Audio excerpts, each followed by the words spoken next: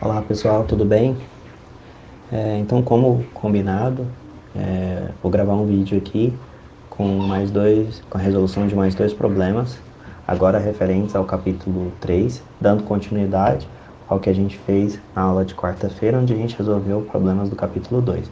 Os problemas que eu selecionei foram os problemas 3.4 e 3.13, ok? O primeiro caso, então, que é a solução já aparece aí na tela, eu vou ler aqui o enunciado do problema 3.4. Né? Vocês peguem o livro para acompanhar direitinho os detalhes.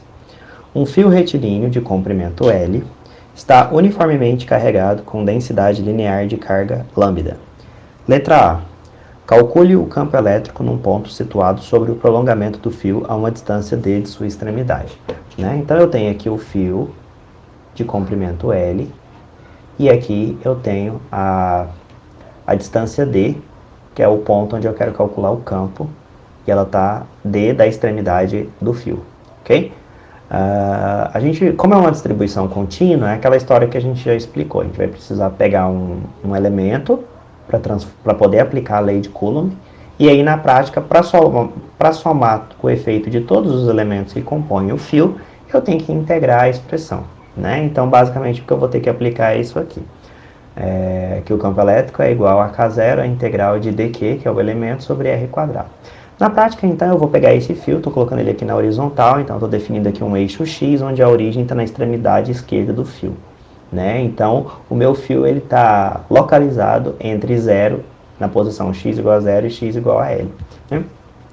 Quando eu pego um elemento arbitrário aqui do meu fio, então ele engloba uma carga dq e ele ocupa, né, nesse segmento, ele ocupa um comprimento dx e ele está localizado numa posição x aqui. Lembra que quando a gente aplica a lei de Coulomb, a gente tem que colocar, especificar qual é a distância do elemento de carga, ou da carga pontual, até o ponto onde eu quero calcular o campo. Então, essa distância aqui é a distância R. Né?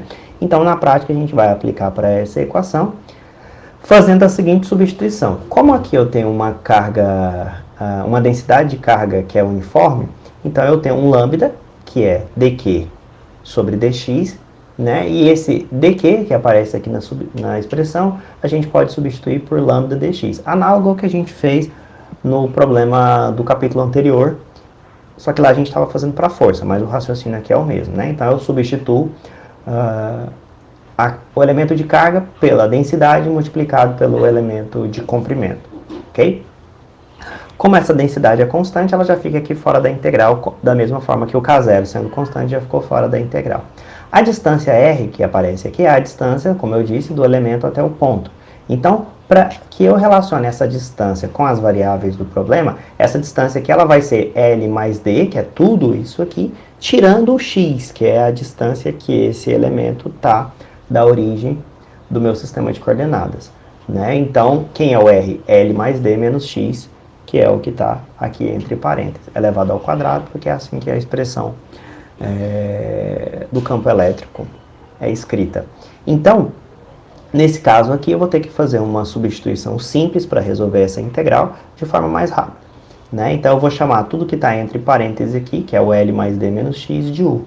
Né? Então, eu derivo, né, o em relação a x, então vai ficar simplesmente menos 1, né? Porque aqui é constante, isso aqui derivado em relação a x dá menos 1, ok? E aí então o du é igual a menos dx. Substituindo então lá na integral, eu tenho que o campo elétrico é K0 lambda, integral de menos du sobre o quadrado, né? Menos du, que é o meu dx, sobre o quadrado, que é tudo que está entre parênteses aqui, né? Eu chamei de u. Nesse caso, eu estou omitindo os limites de integração, mas obviamente o meu x vai de 0 até L, né? Eu falei no início, mas não coloquei aqui na minha solução. Então aqui tudo ainda está de 0, até aqui está de 0 a L.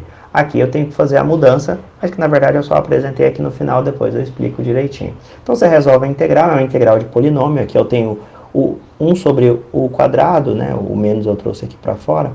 Então ele é u elevado a menos 2. Então soma 1. Então ficou u elevado a menos 1 e divide por menos 1, então por isso que fica esse negativo aqui. U elevado a menos 1 lá em cima é 1 sobre u. Né? Então, integral de du sobre u quadrado é menos 1 sobre u. Né? Esse menos com esse menos se cancela.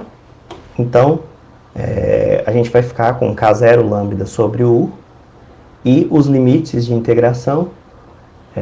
Como o meu x ia de 0 até L, o meu U é só eu verificar aqui por essa substituição, né? Quando o meu x é 0, que é o limite inferior, x 0, o U vale L mais D.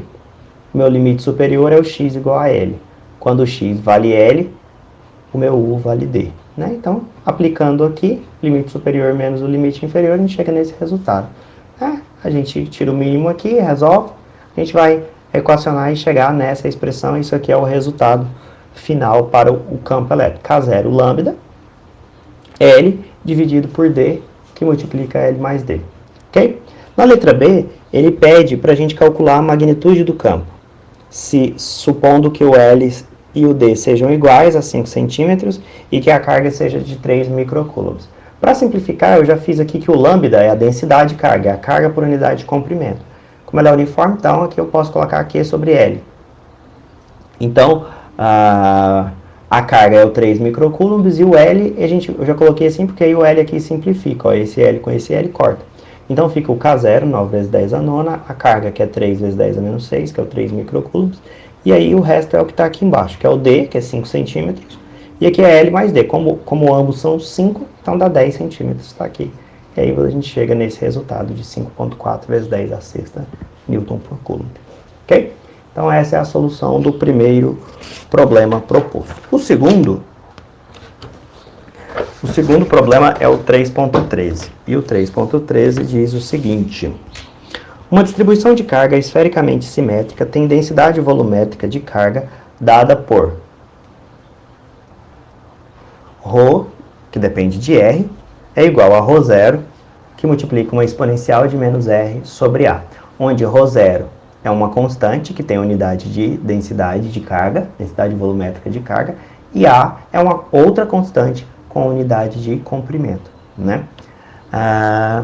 O que ele pede, primeiramente, é calcule a carga total da distribuição. Só esqueci de falar que o R é a distância medida a partir da origem. Né? E no caso aqui, então, para calcular a carga total, a gente pode lembrar o seguinte, que a densidade, ela é carga por unidade de volume. Ela pode ser escrita como um dQ/dV. De modo que a carga vai ser o ρdV. Né? O dQ é o ρdV. Então, eu integro dos dois lados.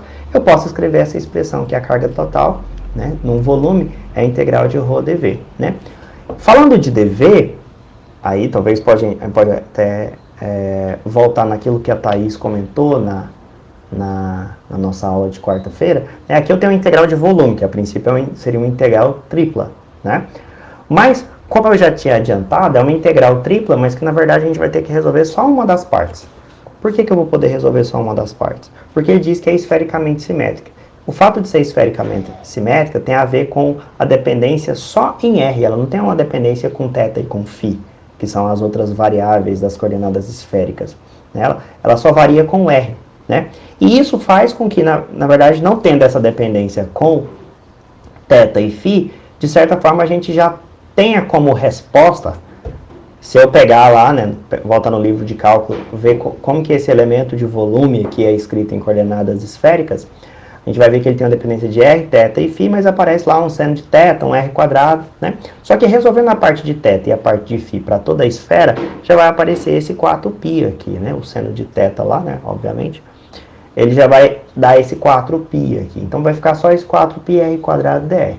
Se eu não quiser considerar assim, né, às vezes acha mais trabalhoso lembrar de tudo isso, a gente pode pensar, talvez um caminho mais simples, muitos professores usam simplesmente isso, é o fato de que se eu pego o volume de uma esfera, que é 4/3 de πr ao cubo, né, se eu pegar isso aqui e derivar em relação a R, fazer um dV dr, aqui é um cubo, cai um 3, né, corta com esse 3 aqui de baixo e permanece um R quadrado, então fica um 4πr quadrado, de modo que o dV vai ser 4πr quadrado dr, né. Então, aqui você obtém a expressão necessária para substituir aqui o dV. Então, o ρ é o que ele me deu, e isso aqui representa o dV. Só lembrando que isso é verdade porque é esfericamente simétrico. Se eu tivesse um problema com dependência de θ e φ, eu teria que ir lá no livro de cálculo 3 e colocar aqui todo o meu elemento de volume. ok? Completinho, lá das coordenadas esféricas. Então, basicamente, aqui o 4π e o ρ0 são constantes, então cai fora da integral. Ele disse que essa expressão aqui vale de r igual a 0 até o r infinito, então para eu calcular a carga total em todo o espaço, eu tenho que fazer a integração de 0 até o infinito. Como isso aqui é constante, para não ter que ficar repetindo isso aqui, eu vou chamar só esse restante aqui de uma integral que eu vou ter que resolver, né? E basicamente, isso aqui é uma integral típica quando a gente está fazendo cálculo 1 lá, acho que é cálculo 1, ou talvez início de cálculo 2, não lembro bem, que a gente estuda integração por partes. E isso aqui é um exemplo típico, né? Quando você tem uma integral de, tipo, da minha variável aqui, que é o r, né? R quadrado, e aqui uma exponencial de r, você aplica a integração por partes, e o número de vezes que você vai ter que integrar por partes tem a ver com a potência aqui. Então, nesse caso, a gente vai ter que aplicar partes duas vezes, né? A gente tem que aplicar partes duas vezes, justamente porque cada vez que a gente aplica, a gente diminui uma potência aqui. Então, a gente não consegue resolver isso de forma imediata. Então, a maneira que a gente tem é aplicar partes para ir reduzindo. Se eu tenho um r elevado a 1, eu aplico uma vez. Aqui é r quadrado, a gente vai ter que aplicar duas vezes. Se eu tivesse r elevado a n, eu teria que aplicar n vezes, né? Colocando de forma genérica. Então, na prática, o que eu vou fazer é chamar o r quadrado de u, de modo que o du é 2r dr, e o restante aqui de dv, né? A exponencial de menos r sobre a dr de dv. Aí eu integro, acho o v, que dá menos a exponencial de menos r sobre a, né? E aplico aqui, ó, uv menos v du. uv menos a integral de v du. Esqueci da integral, né? Então, o v, se eu pegar o e o v, eles estão aqui, mas aí eu tenho que aplicá-los no limite de 0 ao infinito. E aqui é menos a integral de v du. Ficou mais porque o v é negativo, né? Então, aqui ficou negativo e aqui ficou positivo. Ok? Nesse caso aqui, esse termo vai zerar. Vai zerar por quê? Porque quando eu aplico o limite, né, superior, o infinito, essa exponencial aqui é negativa. Então, ela tende a zero, muito mais rápido que esse r ao quadrado, né? Então, isso aqui vai a zero quando eu ponho infinito. Menos aplicando o limite inferior. Mas aí, quando eu boto zero aqui, esse termo vai zerar, né? Esse aqui vai dar 1 e esse aqui vai zerar. Então, tudo isso aqui vai dar zero. Então, sobra só isso. Só que aí, de novo, sobrou um r exponencial de menos r sobre a. A integral disso aqui, em dr. Então, mais uma vez, eu tenho que aplicar partes. Mais uma vez, eu vou chamar o r de u, de modo que o du é o dr, e o restante de dv. É a mesma integral, então vou ter o mesmo resultado aqui de cima, né? Então, na hora de achar o v, e aí aplico de novo. Já tinha o 2a lá de fora, né? Aí eu aplico o v menos v du, né? O v deu a mesma, não, quase a mesma coisa, né? Porque aqui era r quadrado, aqui é r só. Mas na hora que eu aplico os limites, o raciocínio é o mesmo, né? Que vai zerar aqui. Né? Você pode aplicar as mesmas condições, entender? Nas mesmas condições. Só que aí o detalhe é que quando eu chego nessa parte aqui, eu tenho uma integral que é imediata. Agora é só uma integral de exponencial. Então eu consigo resolvê-la. Aqui eu tenho 2a, fica 2a quadrado. Quando eu resolvo aqui, é uma integral que eu já resolvi outras vezes aqui, na hora que eu fui fazer a integração por partes, né? Então já é o mesmo, já tem a resposta aqui. Então ela me deu esse resultado. E aí eu aplico aqui de 0 ao infinito, né? O infinito, o que eu fiz aqui foi 2a ao cubo, né? Trouxe o a para fora. Como é negativo, eu aplico os limites de forma invertida, ou seja, aplico embaixo primeiro e subtraio aplicando em cima, para depois aplicar em cima. Então, quando eu aplico embaixo, a exponencial de 0 dá 1. Quando eu aplico em cima, essa exponencial de menos infinito dá 0. Por isso que dá só 2a ao cubo a minha resposta. Okay? Como eu já tinha um 4π ρ0a, né? Esse aqui eu estou resolvendo só o i, né? Então a minha resposta aqui fica 4π ρ0a ao cubo, né?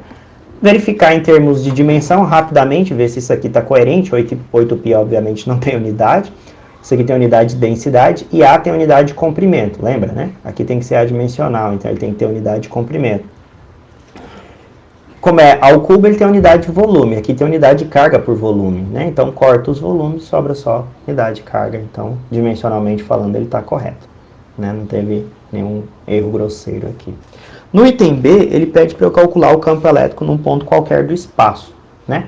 E calcular calcular o campo num ponto qualquer do espaço, como eu tenho uma simetria esférica, né? Eu tenho uma distribuição que vai de 0 até o infinito. E eu quero calcular num ponto qualquer, e aí esse é um problema simétrico, né? Ele já me disse lá no início. É uma boa aplicação da lei de Gauss, né? O que a lei de Gauss me diz? que se eu pegar uma superfície imaginária, mas fechada, e eu calcular o fluxo através dessa superfície, o fluxo de campo elétrico através dessa superfície, isso aqui vai ser igual à carga interna sobre ε0. Então, se eu pego uma superfície gaussiana esférica, porque essa é a simetria do problema, né? Em cima dessa superfície, o campo elétrico é sempre constante. Então, o fluxo é fácil de calcular. Por quê? Porque ele depende só de R, né? E aí, se eu pego uma esfera, o R é sempre o mesmo. Então, na prática, eu vou ter um campo sempre com a mesma intensidade, né? De modo que esse fluxo aqui vai ser facinho de calcular. Então, o campo elétrico, ele cai fora da integral, fica só uma integral de ds, e a área da esfera formada aqui por esse raio que eu defini. Então, fica um 4π r². Só que o detalhe é essa carga interna. Qual que é a carga que está interna a essa esfera de raio r'? O que eu fiz aqui foi a carga total. Esse resultado que eu tenho é da carga total, ela não é a carga interna, né? Isso aqui o tempo todo eu estou fazendo de 0 até o infinito. Então, na verdade, eu tenho que resolver esse mesmo processo, só que em vez de fazer de 0 até infinito, eu faço de 0 até r'. Né? Então, não vai ficar uma coisa assim muito bonita de se ver, porque ele não vai conseguir simplificar muito, mas o processo já está montado ali atrás. E aí, para isso, o que eu vou considerar é o seguinte, né? Eu vou voltar lá nas minhas expressões, o tempo todo aqui eu vou ter que ficar voltando até aqui, né? Então, eu vou partir dessa integral, saber que eu vou ter que aplicar partes aqui e resolver isso. Agora não vai zerar, porque eu não tenho mais infinito aqui, né? Eu v'ou ter somente o R', então eu vou ter que manter esses termos. Mas basicamente o processo é o mesmo. Qualquer coisa vocês ficam voltando lá para conferir. Então aqui tem a integral, calculada de 0 até R'. Aqui é a aplicação de partes, né? O V menos V du é o mesmo processo, os limites é de 0 até R'. A diferença é que quando eu aplico o zero, zero. Mas o R' se mantém, ele está aqui, ó, né? Daqui aqui para frente é esse termo, né? Então fica aqui o 2a, a integral. Apliquei partes de novo, está aqui aplicado o V menos V du, né? Então, quando eu aplico o R' não zera. Quando eu aplico o zero, zerou, né? Então, tá aqui os termos, esse termo só repetir, aqui também. Então, aqui é esse termo aplicado R', e esse aqui é a integral resolvida, né? E ainda vou aqui na linha de baixo aplicar de 0 até R'. Né? Repetiu, repetiu, repetiu. Aqui é a aplicação, trouxe o a para fora, menos, ficou aqui menos a quadrado. Aqui é a exponencial de menos r' sobre a, que é quando eu aplico o r'. Quando eu aplico o zero, isso aqui dá 1.